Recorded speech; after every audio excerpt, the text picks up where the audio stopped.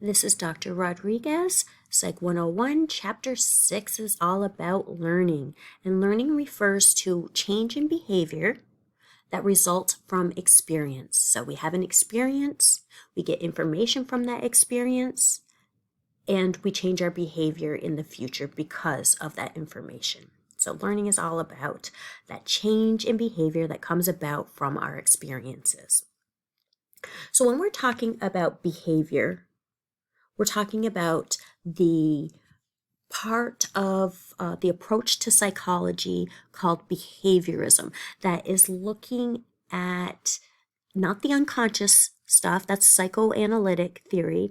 Behaviorism looks at the conscious, the observable behaviors that we see others doing and we ourselves do. So when we're talking about behaviorism, we're talking about learned behaviors. You're going to hear these different terms called classical conditioning or classical learning, operant conditioning, and observational conditioning or observational learning. So classical conditioning refers to learning an instinct through association. So learning to salivate to the sound of a bell. Do you remember me talking about Pavlov? Here, Pavy, and how Pavlov called over the dogs, right? And he was studying digestion, and after a while he realized that dogs would start to salivate before they would even get the food. So they learned this instinct. So he did some more experiments, and he figured out that the dogs could learn to associate the sound of a bell with the food. And after a while, just the sound of the bell would make the dog salivate. So that is classical conditioning. Pavlov did these different dog bell salivation experiments that showed that we can learn instincts. All right. Then Watson did the little Albert, the little baby experiments that showed how we can learn emotions through association. So little Albert, he saw a rat the first time. He had no response. The rat was this neutral stimulus. He got no response. Now, after many times of pairing this rat to a loud noise, little Albert, he started to fear the rat because it had become associated with fear. Okay, the rat was a neutral stimulus, and through conditioning, through the pairing of the rat with a loud noise, little Albert learned fear through association. Now, operant conditioning is all about rewards and punishments. So it's learning different behaviors based on if you got rewarded for it or if you got punished for it. Operant. So every time I see operant, I see the word rant in there, and I think about how it was such a punishment when my parents would go off on these huge rants when I was getting in trouble. They would say, "Oh, you've disappointed us. It's going to take a long time to gain our trust." So I'd be sitting there listening to them go off on these huge rants, and it was a horrible punishment. So every time I see operant conditioning, I think about how it was a horrible punishment for me to listen to their rants. So whenever I think about that learning through rewards and punishments. So Skinner, he did all these different Skinner box experiments where these animals learned to hit certain levers when there was a light on or not light on. These animals would learn different behaviors based on if they would get rewarded for it or if they would get punished for it. And so then you have observational conditioning or observational learning, and that was Bender, bang, bang, bang, that Bobo doll. So those were the Bobo doll studies where the kiddos that saw other people beating up the Bobo dolls and not getting in trouble, they thought to themselves, I think I should do that. I saw other people doing it. They didn't get in trouble. It looked like fun. I should do that. And that's exactly what happened. The kiddos that saw the adults going in there and beating up these Bobo dolls and not getting in trouble and looking like they're having fun, they then went in there and did that themselves. So behaviorism is all about learning behaviors through association or through viewing others doing it. So classical conditioning is all about learning instincts or learning emotions. Operant is learning behavior through rewards and punishments. Observational is learning behaviors through observing others and thinking, oh, gee, I should do that. So Pavlov's study was that dog one, here, Pavy, here, Pavy. And anytime you're going to see in the textbook, it's going to talk about, you're going to see all these like terms like UCS, UCR. And what the UC is unconditioned stimulus, unconditioned response. The UC just means unconditioned, unlearned, what naturally happens. When dogs, from the minute that they're born, when they see food, when they taste food, they start to salivate. That's a natural response to natural stimuli, okay? So you see unconditioned stimulus, unconditioned response. It just means unlearned, what happens before the pairing occurs. Now, the first time that the dogs saw a bell, it meant nothing to them. It was neutral stimulus, okay? Bell didn't mean anything. They got no response. The dogs didn't salivate. Now, once that bell was paired with the food over and over and over again, that stimulus, that bell, became a conditioned, a learned stimulus, a conditioned, learned stimulus.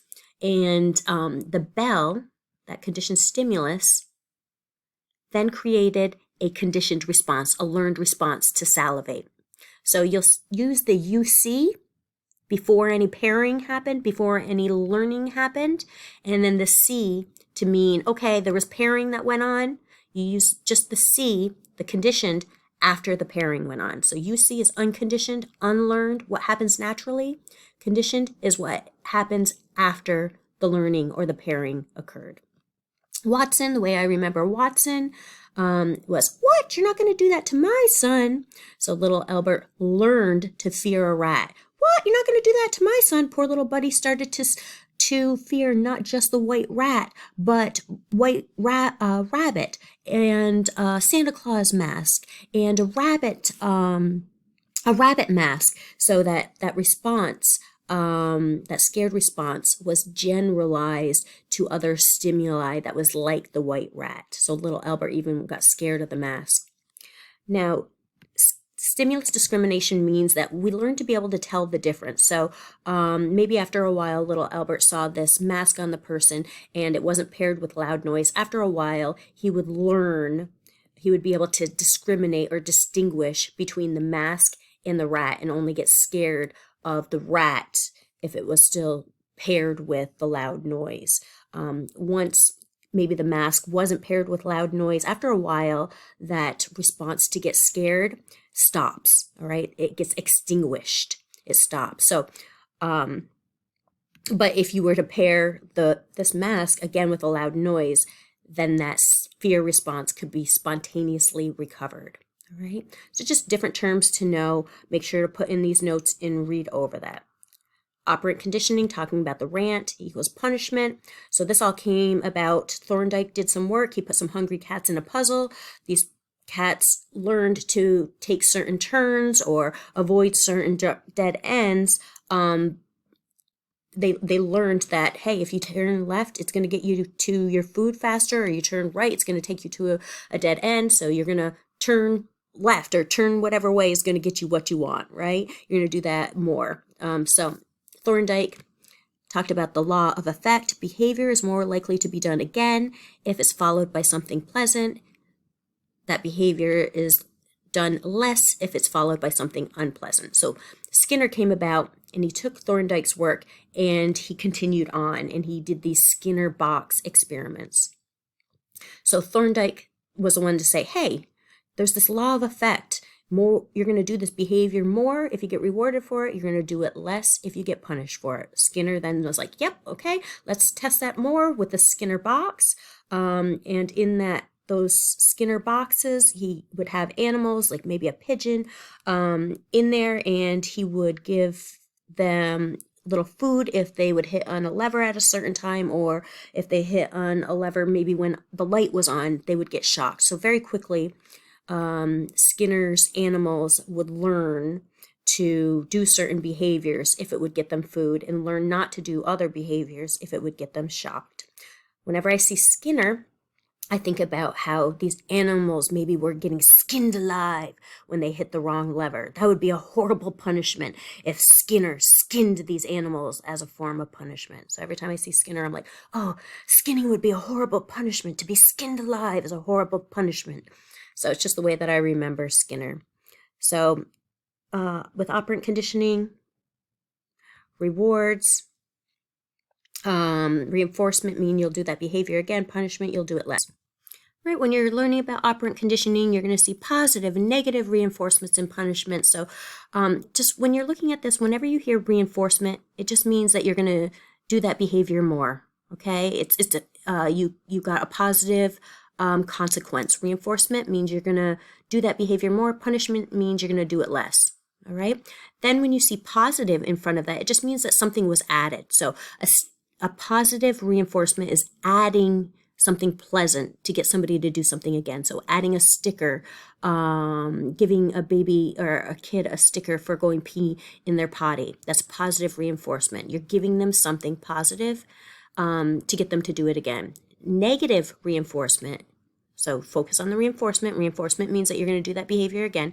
Negative reinforcement means taking something away. All right. So in the video, they're going to talk about once you put your seatbelt on, then the ringing stops. It gets taken away. So negative reinforcement. And then positive punishment means giving something like spanking.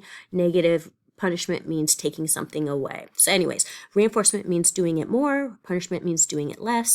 Time of reinforcement matters. So Skinner found that if you're given reinforcement every once in a while at a schedule that you don't know when it's going to happen, it's going to take longer for you to give up that learning or give up that hope. It's kind of like gambling.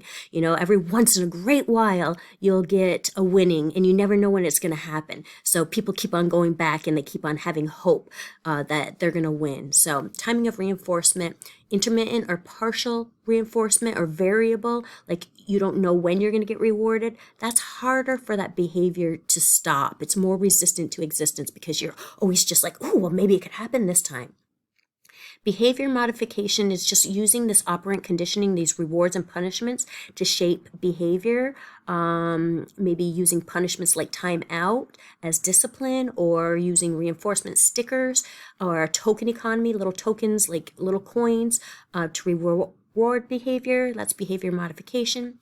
Shaping is when you take a big task and you break it down into smaller tasks and you reward. So maybe you're getting a dog to roll over. You just maybe when it puts its forelegs on the ground or puts its belly on the ground, you give it a reward, okay? And then when it starts to kind of roll over, you give it a reward, all right? And then when it goes all the way over, you give it a reward. So shaping just means breaking down a big task into smaller tasks and rewarding it after each little task.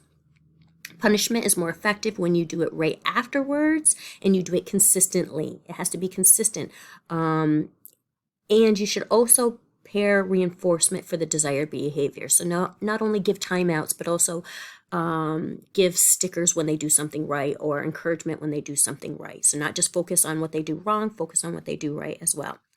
Latent learning refers to how we can learn things even if we don't demonstrate it at that time. Maybe we learn something, hold on to that information, and then demonstrate it when there's a reward.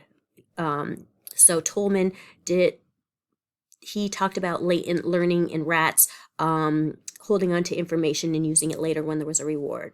Learned helplessness is, I'm going to show a video about that. It's related to depression. Insight learning is having an aha moment. And last part, observational learning, Bandura. Whenever I see band, I think of Bang Bang the Bobo doll. Band, Bang Bang the Bobo doll. And the kiddos that saw the adults banging on the Bobo doll and looking like they were having fun, they were more likely to do it.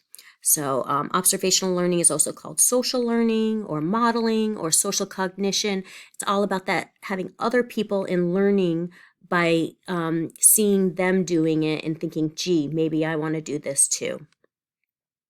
So Bandura, band kind of looks like bang, bang, bang, that Bobo doll. So learning through observation, monkey see, monkey do.